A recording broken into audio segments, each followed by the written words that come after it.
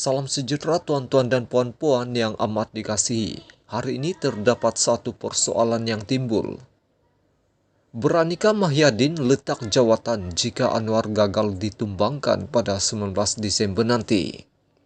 Tidak seperti Mahyadin Madyasin yang bertindak menggantung parlemen melalui pengisytiharan darurat untuk mengelak keabsahannya diuji. Anwar Ibrahim sebaik dilantik sebagai Perdana Menteri tidak menunggu lama untuk menunjukkan kejantanannya dalam hal tersebut.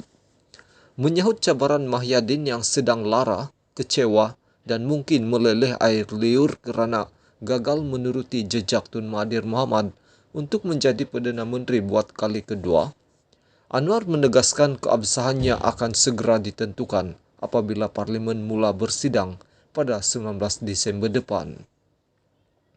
Menurut beliau, undi percaya terhadapnya adalah agenda terawal sidang parlimen akan datang ini, yang mana usul berkenaan akan dibawa oleh pihak kerajaan sendiri.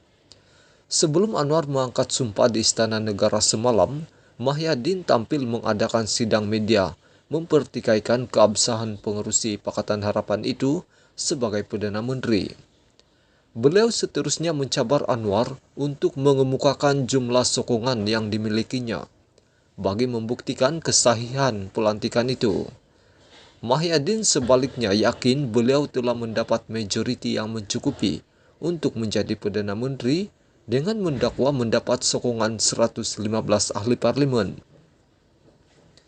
Demi keyakinan rakyat akan keabsahan Anwar sebagai Perdana Menteri, adalah wajar beliau membuktikan dirinya mempunyai sokongan majoriti ahli-ahli Dewan Rakyat tambah pengerusi Perikatan Nasional itu lagi. Dalam hal ini, walaupun Mahyadin telah menghantar sejumlah SD yang didakwa mencukupi untuknya dilantik sebagai Perdana Menteri kepada Istana Negara, tetapi barangkali beliau terlupa bahwa telah berlaku beberapa perubahan selepas itu. Pertama, 10 ahli parlimen Barisan Nasional yang sebelum itu menandatangani SD menyokong beliau telah menarik balik sokongan mereka itu. BN seterusnya membuat keputusan berkecuali dan ingin kekal sebagai pembangkang saja. Tetapi setelah titah agung agar dibentuk kerajaan perpaduan yang Mahyadin sendiri menolaknya, MT UMNO secara sebulat suara memutuskan mereka bersedia menyertai kerajaan perpaduan yang bukan diterajui Perikatan Nasional. Tak fahamkah Mahyadin dengan ayat pendirian UMNO sedia menyertai kerajaan perpaduan yang bukan diterajui Perikatan Nasional itu?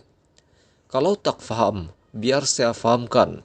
Oleh kerana hanya ada dua gabungan yang mendapat kerusi terbesar, yaitu Pakatan Harapan dan Perikatan Nasional, maka sudah tentulah salah satu antara keduanya itu yang layak menerajui kerajaan perpaduan sebagaimana dititahkan agung. Apabila UMNO memutuskan sedia bersama dengan kerajaan perpaduan yang bukan diterajui Perikatan Nasional, pastilah ia bermaksud Barisan Nasional memilih Pakatan Harapan. Faham ke tidak lagi Mahyadin? Yang kedua, GPS di Sarawak turut mengubah pendirian dengan menyerahkan kepada kebijaksanaan agung menentukan siapa yang layak dilantik sebagai Perdana Menteri setelah mereka mendapat bantahan daripada sebagian penyokongnya sendiri yang bimbang dengan pengaruh ekstremisme PAS yang kini lebih besar dalam Perikatan Nasional. Jadi, celah mana yang Mahyadin mendakwa, beliau masih mempunyai sokongan majoriti. Apapun keberanian Anwar menguji keabsahannya pada 19 Desember ini, iaitu tidak sampai sebulan selepas mengangkat sumpah sebagai Perdana Menteri, memang suatu tindakan berani dan amat terpuji. Bermakna beliau sedia mempertaruhkan jawatannya dan berisiko kehilangan jawatan Perdana Menteri jika gagal dalam undi percaya itu. Tetapi bagi Mahyadin yang sekadar berani mencabar itu, apa pertaruhan yang mahu diletakkannya? Jika Anwar berani mempertaruhkan jawatan Perdana Menterinya, beranikah Mahyadin meletakkan jawatan sebagai pengerusi Perikatan Nasional dan Presiden bersatu jika Anwar tidak tumbang pada 19 Desember nanti? Artikel ini dipetik dari syahbudinhusin.com yang diterbitkan pada 25 November 2022.